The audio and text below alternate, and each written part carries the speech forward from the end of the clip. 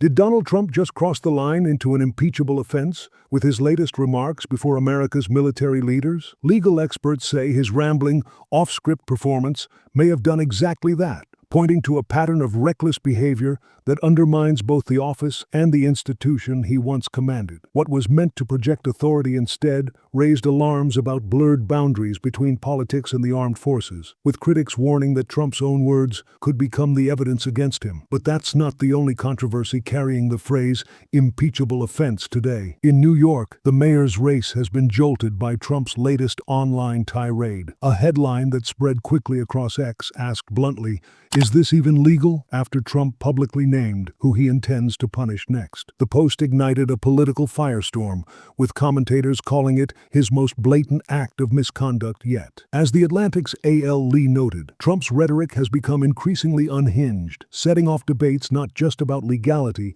but about whether his behavior edges into constitutional crisis territory. Two arenas, one in the heart of New York politics, the other in front of America's generals, now echo with the same phrase, impeachable offense. Whether these moments rise to that level is for lawmakers and history to decide. But one thing is certain, Trump's words are once again dominating the headlines, and this time they may have written the script for his own undoing. President Donald Trump's latest online tirade is igniting fresh outrage and even accusations that he may have crossed into impeachable territory. In a fiery Truth Social post, Trump once again blended political threats with personal insults, but this time his words carried a pointed warning about exactly who he intends to target next. Early Friday morning, Trump declared that he would block federal funding for New York City if Democratic mayoral nominee Zohran Mamdani wins in November. Labeling Mamdani a self-proclaimed communist, Trump wrote on September 29th that the candidate would be one of the best things to ever happen to our Republican Party. He went on to warn that Mamdani would have problems with Washington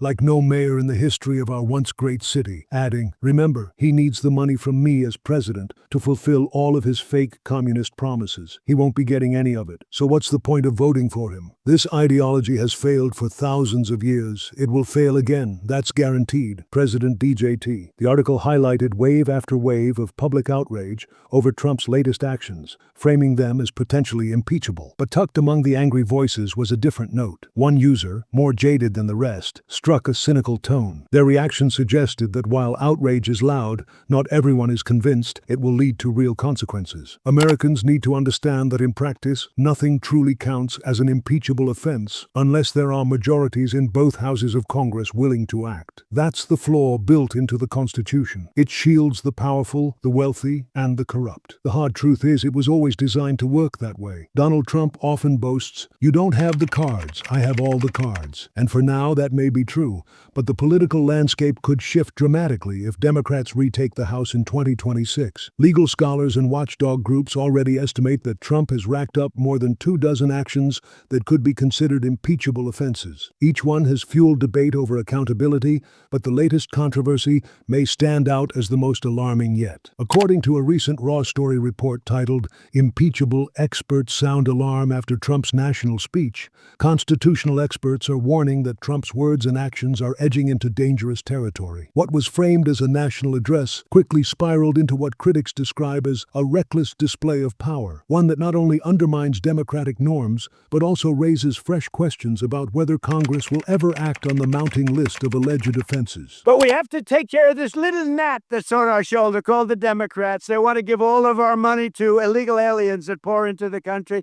And, I have a bigger heart than they do. But the problem is when you do that, they come in by the millions. Everybody wants that, so you can't do it. Political and national security analyst, as well as veterans advocate Paul Rieckhoff, blasted the president's gnat remark as wrong, outrageous, shameful, and disgusting. He warned that these are lines no leader should ever cross. Lines that, until now, had never been crossed in front of a military audience. Never let them normalize how wrong it is to attack political opponents when speaking to our troops, Rieckhoff cautioned, adding that this was impeachable behavior, though in his view, Congress lacks the courage to act as the situation worsens. Juliette Kayyem, a senior lecturer at Harvard's Kennedy School and CNN national security analyst, echoed that alarm. In her words, "Take care of is not subtle. The ground has shifted, and no one can deny what the president, unpopular and unfit, intends. To remain silent is to welcome this." And Stanford professor Michael McFaul, former U.S. ambassador to Russia, called the remarks both wrong and scary, reminding the audience that a president is supposed to represent all Americans, not just one party. He warned that such rhetoric deepens polarization at home